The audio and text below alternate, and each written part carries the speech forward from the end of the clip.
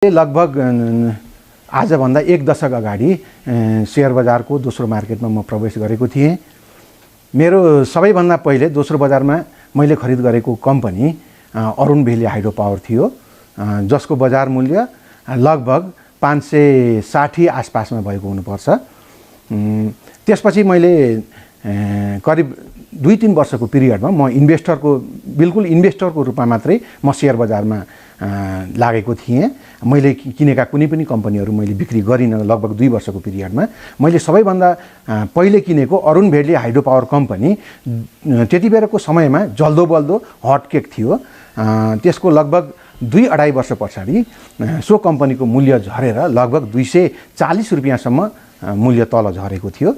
त्यसको 3 वर्षपछि, खरिदको लगभग 3 वर्षपछि मैले 318 रुपियाँमा बिक्री गरेर म अरुण भेली हाइड्रो पावरबाट बाहिर निस्केको। मेरो पहिलो पुँजी बजारको दोस्रो बजारको अनुभव अरुण भेली हाइड्रो पावर नै थियो। अघिल्लो बुलमा मैले धेरैवटा hydro power company, finance company र नन लाइफ इन्सुरेन्स कम्पनीहरूमा लगानी गरेर 2072-73 को बुलमा लगानीको अनुपातमा राम्रो प्रतिफल मैले आर्जन गर्न सकेको थिएँ। म त्यति बेला दोस्रो बजारमा ट्रेडर्सको रूपमा भर्खरै पाइला राखेको ट्रेडर्स थिएँ म 2072 सालको बुलमा।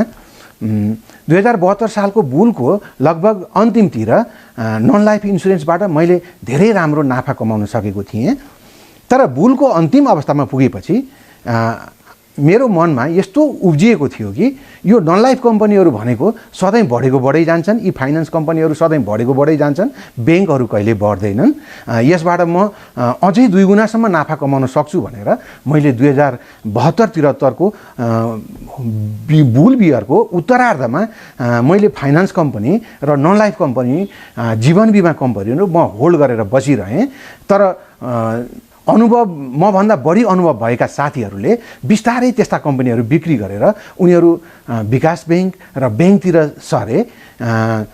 वैशाखको 15-20 पछाडि बिस्तारै ब्याङ्किङ सेक्टरमा हलचल आउन सुरु भयो। बिस्तारै लगभग 3 महिनाको पिरियडमा ब्याङ्क र विकास ब्याङ्कहरू लगभग 2 गुणा मूल्यमा पुगिसकेका थिए।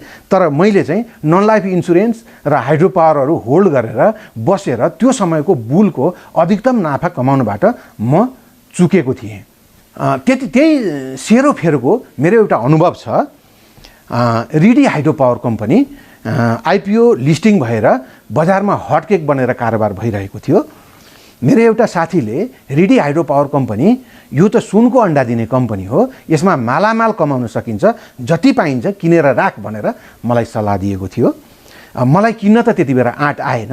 तर मेरो परेको 11 किता हुनुपर्छ रिडी हाइड्रो पावर मैले होल्ड गरेर राखेको थिएँ। सुनको अन्डा पाइन्छ, मालामाल हुन्छ भन्ने आशमा। लगभग त्यसको 2 वर्षपछि रिडी हाइड्रो पावरको मूल्य 2 देखि 3 वर्षभित्रमा 100 रुपियाँभन्दा मुनि गयो। पछि मैले 65 देखि 70 रुपियाँमा पनि त्यो रिडी हाइड्रो पावर धेरै पटक मैले खरिद गरेँ र 100 रुपियाँ आसपासमा लगेर मैले धेरै पटक बिक्री गरेँ। हुनसक्छ आज लगभग 400 मूल्यको आसपासमा फेरि रिडी हाइड्रो पावर पुगेको छ। मेरो त्यो धेरै ठुलो लगानी गर्ने साथी जसले 800 भन्दा माथि रिडी हाइड्रो पावर दोस्रो बजारबाट किनेर होल्ड गरेको थियो, सायद उसले 100 रुपियाँको आसपासमा आएपछि धेरै नाफा कमाएर बिक्री गरेको छ।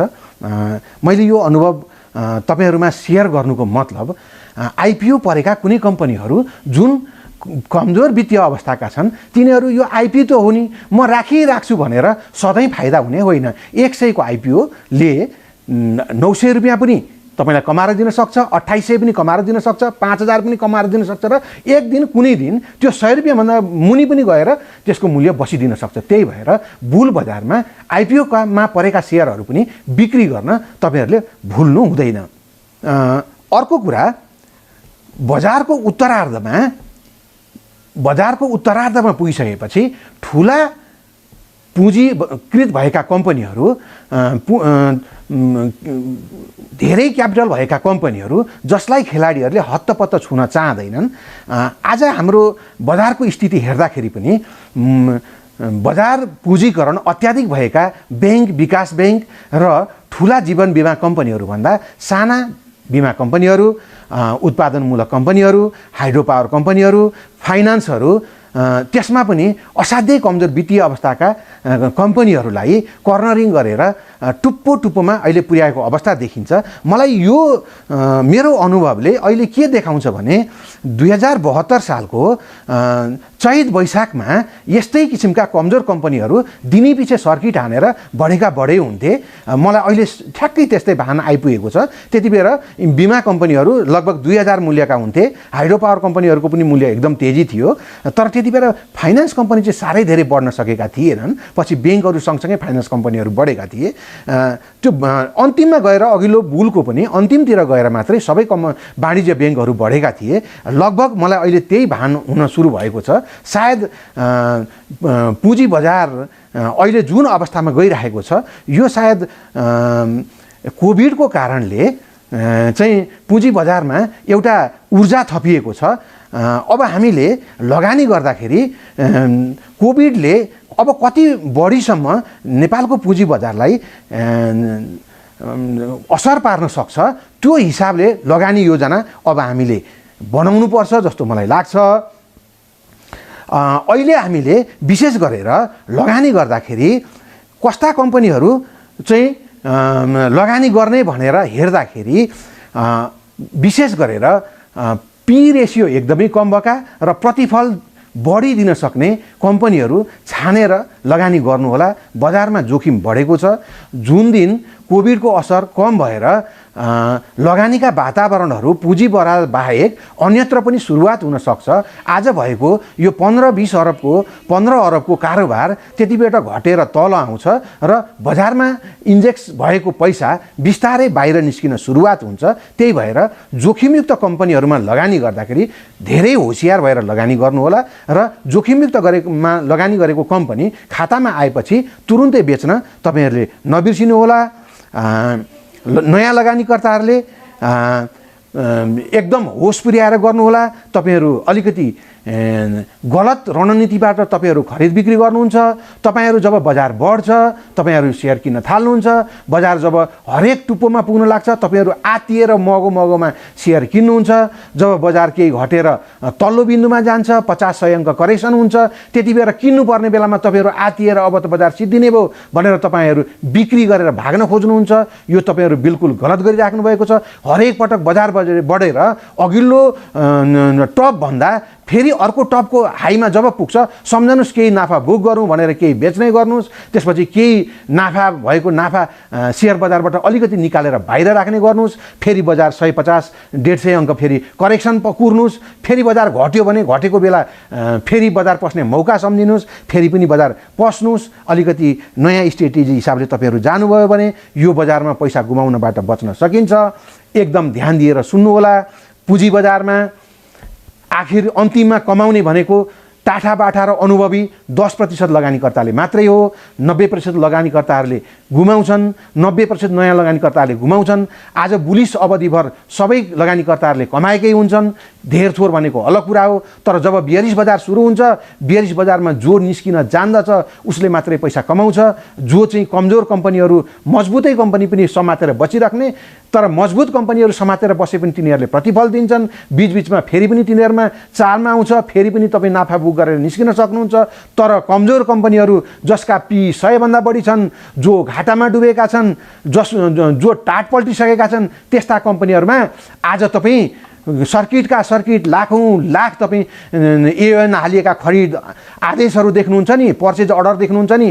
कुनै दिन बजारमा जब बियरिस ट्रेन्ड सुरु हुन्छ त्यो बेला तपाईँ बिक्रीको लागि बस्नुहुन्छ। 10 किता 20 किता 100 किता खरिदकर्ता नपाएर नि आँसु चुहाउने दिन आउँछ।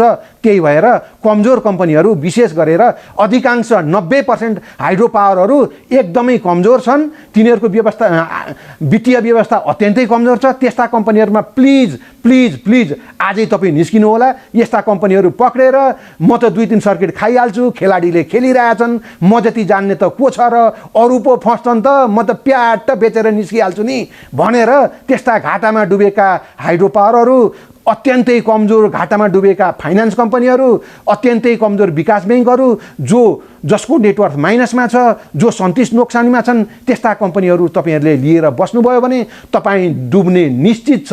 यति म ग्यारेन्टी दिन्छु। गुडविल गोर्खा फाइनान्स जस्तो कमजोर कम्पनी आज 1000 पुग्न आँट्दैछ।